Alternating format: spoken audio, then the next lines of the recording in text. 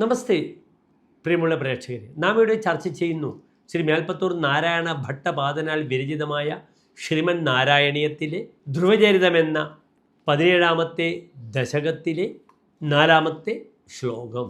ആകർണ്യസോപി ഭവതർച്ചന നിശ്ചിതാത്മാ മാനീനിരേത്യ നഗരാത് കില പഞ്ചവർഷഃ സന്ദൃഷ്ടനാരദ നിവേദിത മന്ത്രമാർഗ ത്വാമാരരാധ തപസാ മധുകാനനാന്തേ.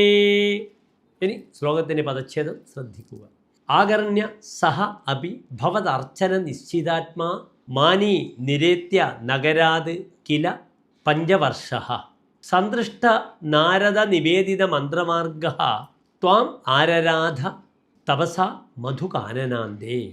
അടുത്തതായ പ്രസ്തുത ശ്ലോകത്തിൻ്റെ അന്വയമാണ് നാം ചർച്ച ചെയ്യുന്നത്. ശ്രദ്ധിക്കുക. സഹ അഭി ആകർണ്യ ഭവതർച്ചന നിശ്ചിതാത്മാ സൻ പഞ്ചവർഷഃ മാനി നഗരാത് നിരേത്യ കില സന്ദൃഷ്ട നാരദ നിവേദിത മന്ത്രമാർഗ മധുകാനനാന്തേ ത്വാം തപസ ആരരാധ. ഇനി പ്രസ്തുത ശ്ലോകത്തിൻ്റെ സാരാംശം നാം ചർച്ച ചെയ്യുന്നു. ശ്രദ്ധിക്കുക. കേവലം 5 വയസ്സ് മാത്രം പ്രായമുള്ള ധ്രുവനാകട്ടെ തൻ്റെ നിശ്ചയദാർഢ്യം മൂലം ഭഗവാനെ ആരാധിപ്പാനുള്ള ആഗ്രഹം നിമിത്തം നഗരത്തിൽ നിന്നും പുറപ്പെട്ടു. വഴിയിൽ വെച്ച് നാരദമുനിയാൽ മന്ത്രമാർഗം സ്വീകരിക്കപ്പെട്ട ധ്രുവൻ മധുവനത്തിലെത്തുകയും തപസ്സിലൂടെ അങ്ങയെ ആരാധിക്കാൻ തുടങ്ങുകയും ചെയ്തു എന്ന് സാരം. നമസ്തേ.